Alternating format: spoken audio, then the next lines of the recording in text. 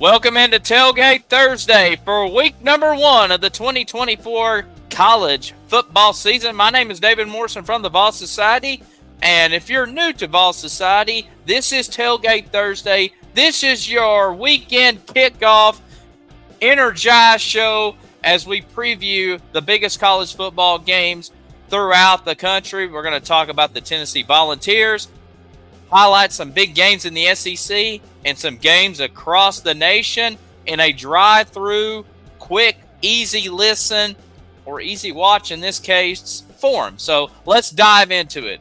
We begin with our beloved Tennessee Volunteers as they will open the season at home at Neyland Stadium for a 12:45 p.m. Eastern Time kickoff. Keep in mind that 12:45 kickoff. So if you're tuning into the SEC Network at noon and you're thinking, where's the Volunteers at? Well, it's at 12:45, part of this new TV deal with ESPN. Go figure. But anyways, it doesn't matter what time we start. It's the Vols starting the 2024 season against the Chattanooga Mocs. It's Nico time in Tennessee. Excited to see what the young signal caller has in store. Also, James Pierce Jr. on the defensive side, going to be a top NFL draft pick and an All-American preseason season already. Hopefully he'll be an All-American at the end of the year, just like last year with those 10.5 sacks he had. So we'll see how the Vols will do. Meanwhile, for Chattanooga, a team that was pretty strong in the FCS last year, and especially in the SoCon, just kept running into Furman in the regular season, lost to them, and also in the playoffs, but looking to improve on their run. But, this is pretty much going to be a dominating win for Tennessee, for lack of better, as the Vols are looking forward to NC State the following week. But, you got to take care of business in this one as Tennessee takes on Chattanooga. 12:45 from Neyland Stadium on the SEC Network. All right, let's dive into some big games in the SEC. We head down to hot Atlanta at Mercedes-Benz Stadium for the Aflac kickoff game. Used to be the Chick-fil-A kickoff game, but two old rivals meeting one more time. Although, not in the same conference, but they are technically rivals, according to College Football 25. Beside the point, 14th ranked Clemson taking on number 1 Georgia. For the first time in 10 years, the Clemson Tigers is going to be an underdog in a game. And, you're taking on arguably, I wouldn't even say arguably, definitely the best team in college football in the last 3 years in the Georgia Bulldogs, number 1 team in the nation. Georgia, once again, looking for a national championship. They fell short last year, losing to Alabama in the SEC championship game, but then went out and just dominated against Florida State in the Orange Bowl. They returned Carson Beck at quarterback. They ended up picking up Trevor Etienne in the transfer portal. He comes from Florida to Georgia, a talented running back, looking to have a breakout season. This could be Kirby Smart's best offense he's ever had there, and then the defense is always going to be stout. Meanwhile, for Clemson, as I mentioned, they are an underdog, but they still have some fairly decent talent for Dabo Swinney's crew. Cade Klubnik comes back. I think this is his 3rd year as the quarterback for Clemson. They got a good running back in Phil Maffa. And we'll see what happens with this Clemson offense with Garrett Riley. In his 2nd year in the system. Are we going to see him really open that playbook up, or is Dabo Swinney still going to kind of implement his fingerprints into it? But we shall see as the Tigers and the Bulldogs meet in Atlanta for a 12 o'clock game. That will be on ABC.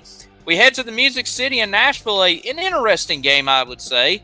The Virginia Tech Hokies from the ACC heads to First Bank Stadium in Nashville to take on the Vanderbilt Commodores for a 12 o'clock game on ESPN. We all know Vanderbilt's track record in the SEC and particularly in college football. But, this is going to be an electric home atmosphere for the Doors, taking on a Virginia Tech team, which I think is obviously more talented than this Vanderbilt team. But, you're playing on the road. This is going to be, and Vanderbilt's got a pretty entertaining, I guess you could say, home schedule this year. Not only they get Virginia Tech, but they also are going to welcome in Alabama, Tennessee, Texas later on in the year, and we'll get to those games as the season goes on. But for Virginia Tech, they're led by the quarterback, Drones. kind of a dual threat guy, making some comparisons to Michael Vick. So I think Skyron Jones is his name. So we'll see how he does. Meanwhile, for Vanderbilt, they pretty much brought everybody from New Mexico State over to this team. So we'll see if it's gonna be the New Mexico State quarterback Diego Parra or Utah transfer quarterback Nate Johnson kind of getting that starting job. But we shall see as the Hokies and the Doors meet in Nashville. All right, 3:30 on ABC. We head down to the Swamp as we have a little sunshine battle. Number 19, Miami taking on the Florida Gators in Week 1. Man, this is kind of a nostalgic feel here. We've seen Miami and Florida met early in the season in years past, but kind of cool that we're seeing this rivalry come back to the forefront here. But anyways, Miami, number 19 in the country, Mario Cristobal's second year in Coral Gables, picked up a transfer quarterback in Cam Ward from Washington State, dual threat guy looking to get Miami to the top of the ACC, especially after what we saw Saturday. And we'll get to that team that lost on Saturday in a little bit.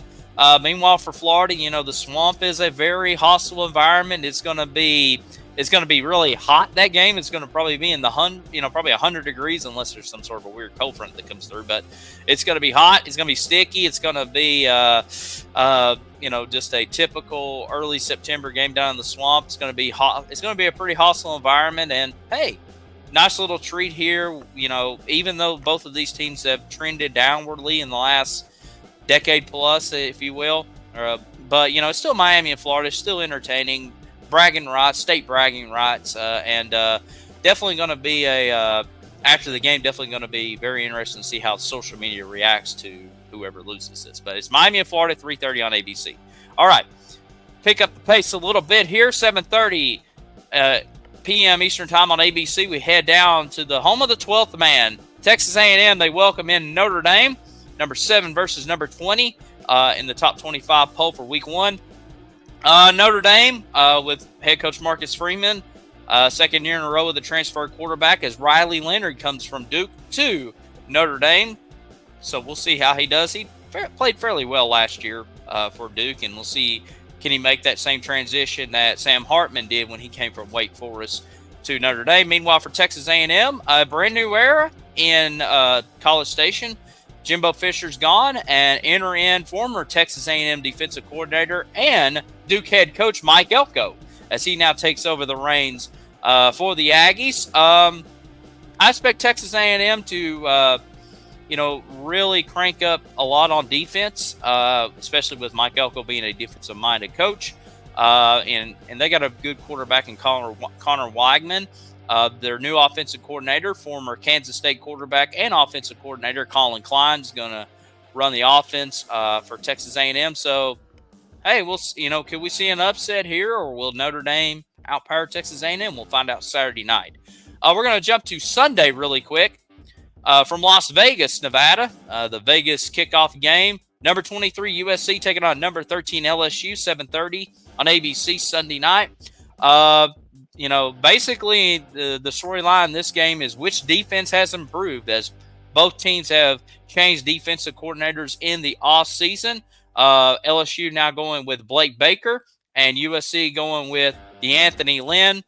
So we'll see if any of these teams can improve defensively. Meanwhile, for LSU, they're trying to replace an offense that lost 2 players that went top 10 in the NFL draft this past year in Heisman Trophy winner Jaden Daniels and wide receiver Malik Neighbors. So, we'll see what happens in there. Both going to have 2 new quarterbacks for both teams. So we'll see what happens as the Trojans and the Tigers meet. All right, let's go a couple games across the nation. We'll get you out of here.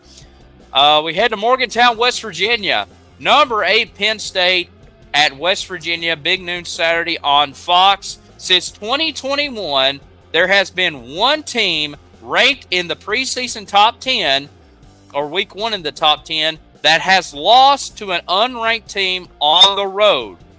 This is the only game that fits that scenario this week, unless you want to count Florida State and Georgia Tech last week. But this is the only game that technically counts. So are we going to see an upset in Morgantown? I know West Virginia went to Penn State last year and took one on the chin. It's, West Virginia, a very underrated home field advantage. Neil Brown really saved his job last year. He was on the hot seat last year, turned that program around, got to a bowl game, and looking to build that momentum, especially in a brand new Big 12 conference with the addition of the two Arizona schools, Utah and Colorado, along with the teams from last year. Meanwhile, for Penn State and James Franklin, Drew Walter at quarterback. You got Nicholas Singleton at running back, and Penn State and Clemson kind of in a similar situation. It seems like both head coaches loves to put their fingerprints on the offense and kind of instead of not really letting their offensive coordinator call the plays. And but we'll see what happens. And for Penn State, who's normally been kind of the number 2 or definitely number 3 best team in the Big Ten, well now. With the additions of Oregon and Washington and USC and UCLA, can Penn State contain where they're at, or do they start slipping down? We shall see as Penn State and West Virginia meets. This is, of course, a non-conference matchup. And then finally, we head to Tallahassee, Florida, Labor Day night, 7:30 on ESPN. For the second time in 9 days, also playing their second game in a second continent. The Florida State Seminoles welcome in Boston College. We saw what happened in Ireland this past Saturday. Florida State losing to Georgia Tech on a game-winning field goal. We saw Georgia Tech just ran the ball constantly on Florida State, who said they had the best defensive line in the nation, and it did not show up. We saw DJ Uiagalelei struggled in that game. Can Mike Norvell get this Florida State team back on the right track? Because this Florida State team has just been raked through the coals throughout the week across the college football media platforms. Of course, Florida State and Georgia Tech was really the only marquee matchup. And yeah, you did have some week 0 games, but this was the big headline. So can they get their stuff turned around as they welcome in Boston College? And Boston College has a brand new head coach and former Alabama offensive coordinator and Penn State head coach Bill O'Brien. So we'll see there. All right, that's going to wrap it up for Tailgate Thursday. Enjoy the college football. We are back finally with a little college football. I'm excited about it. Don't forget our podcast, Good Old Rocky Talk, which is already out right now. Go take a listen to that with Brad Frank, myself, and David East. Ball Society Live. Go back and check that out this past Tuesday night. Had a great show. And also, don't forget, Tailgate Thursday. We'll be back here next week as we preview week number 2. Until next time, this is David Morrison. Enjoy the college football action.